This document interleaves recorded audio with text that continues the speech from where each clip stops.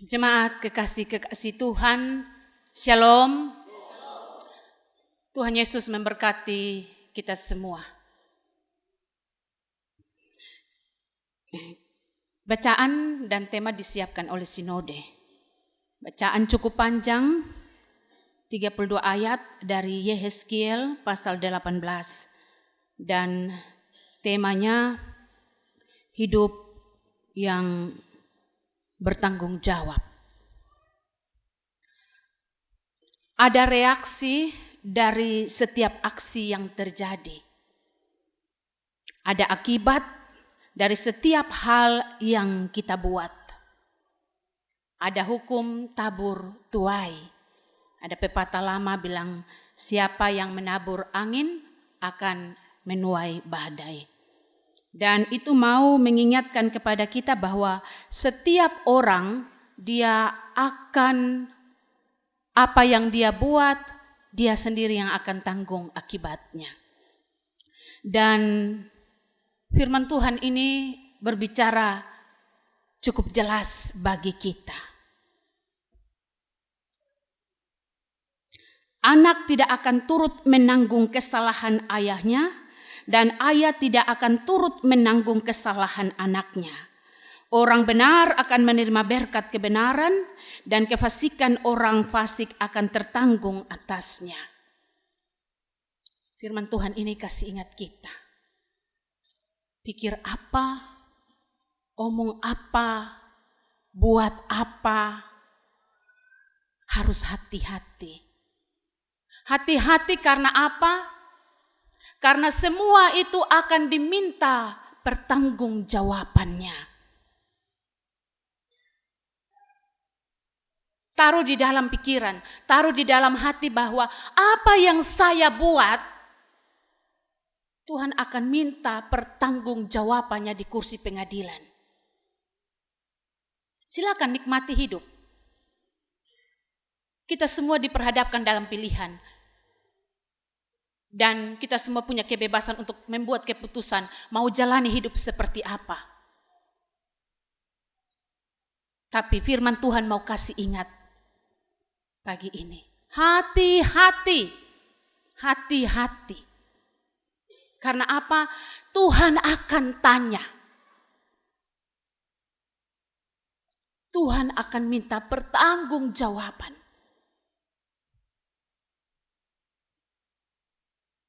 Bukan setiap orang yang berseru, Tuhan, Tuhan. Bukan. Tetapi mereka yang melakukan kehendak Bapa di sorga. Pada akhirnya Tuhan akan tanya Mary. Untuk tanggung jawab pelayanan yang telah engkau terima, apa yang sudah engkau buat dalam hidupmu? Kasihan kalau tiap minggu bersuara dengan lantang di atas mimbar. Tapi tidak ada kebenaran dalam diri. Tuhan bilang, enyah dari hadapanku. Terlalu menyedihkan. Karena apa? Karena saya dan Bapak Mama akan mempertanggungjawabkan. Karena itu tema ini bilang hidup yang bertanggung jawab. Setiap kita harus siap terima resiko dari apa yang kita buat.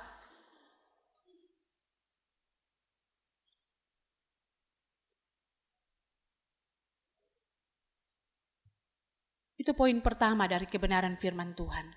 Tuhan akan minta pertanggungjawaban saya dan Bapak Mama. Firman Tuhan ini adalah seruan Yehezkiel kepada umat Israel yang pada saat itu ada dalam pembuangan di Babel.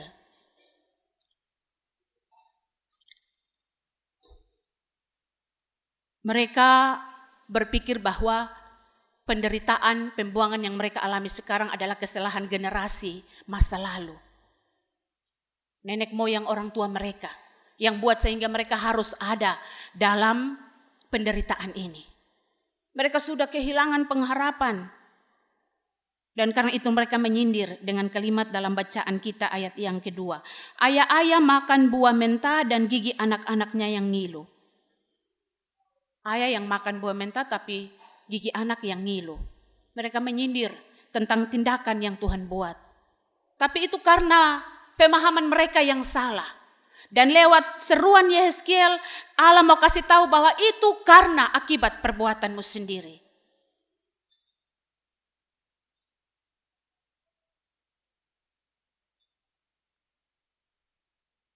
Dan engkau akan mati akibat dari pemberontakan yang dilakukan oleh bangsa Israel. Mati di sini dua punya pengertian. Yang pertama kebinasaan. Dan yang kedua adalah hidup dalam menjalani atau menerima akibat-akibat dari dosa yang mereka alami, mereka jalani. Kuasa atau akibat daripada dosa itu adalah kehilangan pengharapan, putus asa. Mereka hidup tapi seakan-akan sudah mati. Itu digambarkan dengan jelas dalam Yehezkiel pasal 37. Seperti tulang-tulang yang kering. Mereka ada dalam kematian, putus asa, tidak ada harapan, masa depan yang baik. Sudahlah, memang kita harus ada dalam penderitaan ini. Itu dampak daripada dosa. Selain kebinasaan yang sudah pasti akan menjadi bahagian yang akan mereka tanggung. Dan Yehezkiel mengingatkan itu. Dan firman Tuhan datang saat ini kepada saya dan Bapak Mama. Silakan, jalani hidup, nikmati hidup. Karena kita ada dalam kefanaan. Hidup ini hanya sementara. Tetapi ingat, ketika kita mati, tubuh ini debu kembali menjadi tanah. Dan jiwa roh kita akan kembali kepada Sang Pencipta. Untuk mempertanggungjawabkan apa yang kita jalani dalam kefanaan di dunia ini. Karena itu, kenapa kita lihat ini orang ini dia tekun sekali berdoa. Kenapa dia tekun sekali dalam kebenaran. Walau ada tantangan, godaan, ancaman. Itu karena ada di pikiran dan hatinya bahwa dia akan mempertanggungjawabkan segala apa yang dia buat sebagai pilihan dalam menjalani hidup ini. Orang yang terus melakukan dosa dan melakukan dosa, dia hidup dalam kebodohan. Karena apa? Dia tahu bahwa Tuhan akan minta pertanggungjawaban, tapi dia buat seolah-olah tidak tahu. Kita bersyukur, kita terus diingatkan oleh kebenaran firman Tuhan. Datang kepada saya dan Bapak Mama, diperdengarkan. Supaya kita ada dalam kesadaran, hati-hati. Berwaspada dalam menjalani kehidupan ini. Poin yang kedua. Walau Tuhan sudah menyatakan itu bahwa pemberontakan dosa itu adalah bagian dari akibatnya adalah kebinasaan, kematian, tetapi tangan Tuhan selalu terbuka. Menunggu dan merangkul kita yang mau ada dalam pertobatan. Karena itu selalu ada kesempatan untuk bertobat. Ketika Yehezkiel serukan, bertobatlah supaya kamu akan hidup. Pertobatan itu tidak sekedar kata, saya menyesal, saya bertobat. Tetapi pertobatan itu adalah ketika kita mengoyakkan hati kita, menangisi kebrobokan, kecemaran, aib yang telah kita lakukan. Dan mau mengambil keputusan untuk saya mau berubah. Yehezkiel ingatkan kepada bangsa Israel dan kepada kita, buanglah daripadamu segala durhaka yang kamu buat terhadap aku. Jadi bertobat itu buang. Yang jahat, yang tidak baik, durhaka di mata Tuhan itu buang, lepaskan. Jangan biarkan kuasa dosa mencengkram kita.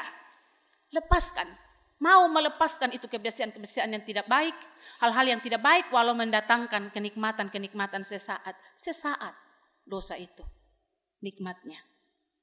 Dan perbaharuilah hatimu dan rohmu, perbaharui. Tuhan minta kita berbenah, berpulih, perbaiki ini hidup. Kita bersyukur, kita yang siap hati dan telinga untuk terus dengar firman Tuhan. Karena firman Tuhan adalah cermin untuk kita berkaca. Dengan kaca saya bisa lihat saya pun bibir merah ini mungkin terlalu keluar dari garis bibir, atau saya punya bedak tebal di testa dan saya harus perbaiki supaya baik.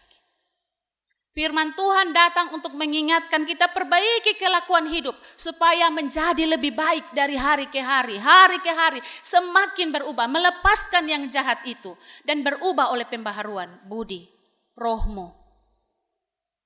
Karena apa tadi? Harus dipertanggungjawabkan. Firman Tuhan datang kepada saya dan Bapak Mama.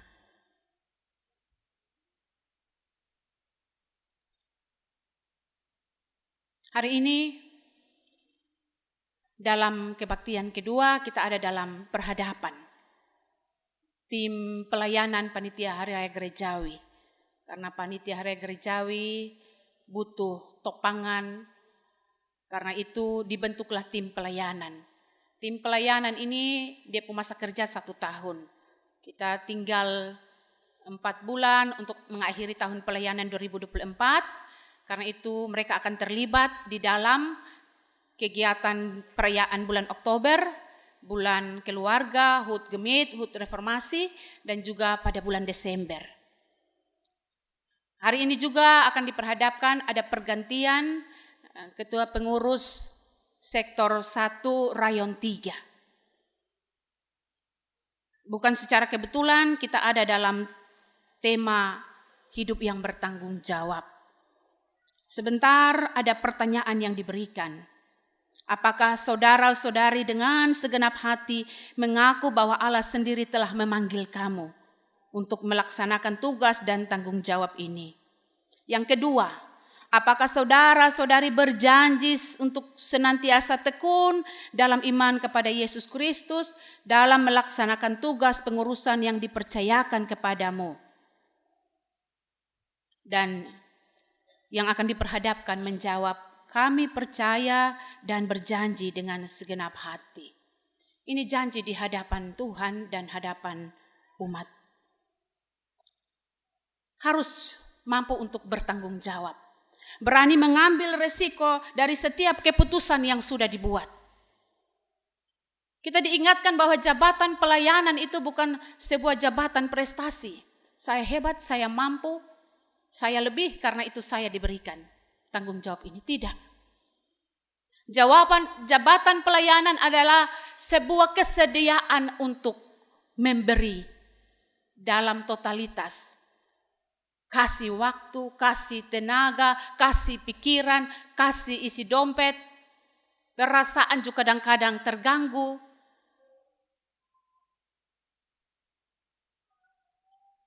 Terima kasih untuk kesediaan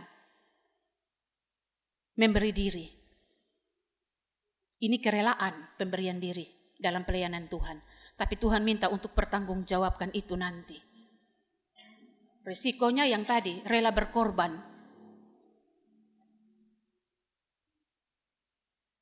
Bapak, Mama, saudara-saudari yang dikasihi oleh Tuhan kita Yesus Kristus, kita bersyukur untuk kebenaran firman Tuhan ini. Memang setiap kita berpotensi untuk terus melakukan dosa. Firman Tuhan sudah kasih ingat, tapi kita manusia lemah dan terbatas. Karena itu teruslah minta Tuhan kasih kepekaan dalam diri kita.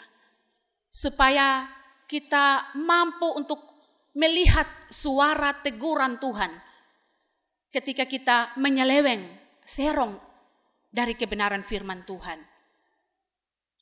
Terus mengasah rasa takut akan Tuhan. Minta itu daripada Tuhan. Supaya kita tidak mengeraskan hati kita. Ketika Tuhan menegur kita, kita salah jalan. Ketika saat ini kita duduk, kita kembali datang untuk diberikan kesempatan berefleksi. Lihat kembali, saya sudah buat apa?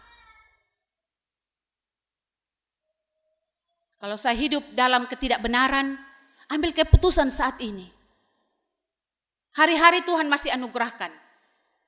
Saya tidak mau kemudian saya berjalan menuju kepada kebinasaan. Karena setiap perbuatan itu harus dipertanggungjawabkan. Kalau kita lihat ke belakang dan kita bilang, saya sudah ada dalam ketaatan, saya sudah ada dalam kesetiaan, pegang itu. Pegang kesetiaan itu, pegang kekudusan itu, pegang ketaatan itu. Supaya jangan jatuh untuk hari-hari yang ke depan. Karena hidup ini semakin jahat, hari-hari semakin jahat. Kita tidak mau sebagaimana yang firman Tuhan bilang di ayat 24. Kita sudah lakukan kebenaran. Kita sudah lakukan hal-hal yang baik. Tetapi kalau kita tidak setia dalam kebenaran itu, Tuhan tidak akan ingat yang kita buat, kebenaran yang kita telah lakukan. Kita akan tetap ada dalam kebinasaan. Karena penghukuman itu. Jadi ini Tuhan minta tetap komitmen kita untuk setia. Hidup sebagai anak-anak Tuhan. Kalau sudah setia, tetap jaga kesetiaan itu. Jaga kekudusan, jaga kesetiaan itu. Kalau belum, bersyukurlah Tuhan masih berikan kesempatan kepada saya dan Bapak Mama. Selamat menjalani hidup yang Tuhan masih anugerahkan kepada kita. Selamat menerima tanggung jawab pelayanan yang Tuhan berikan. Hiduplah dalam tanggung jawab. Tuhan memberkati kita dengan firman-Nya. Amin.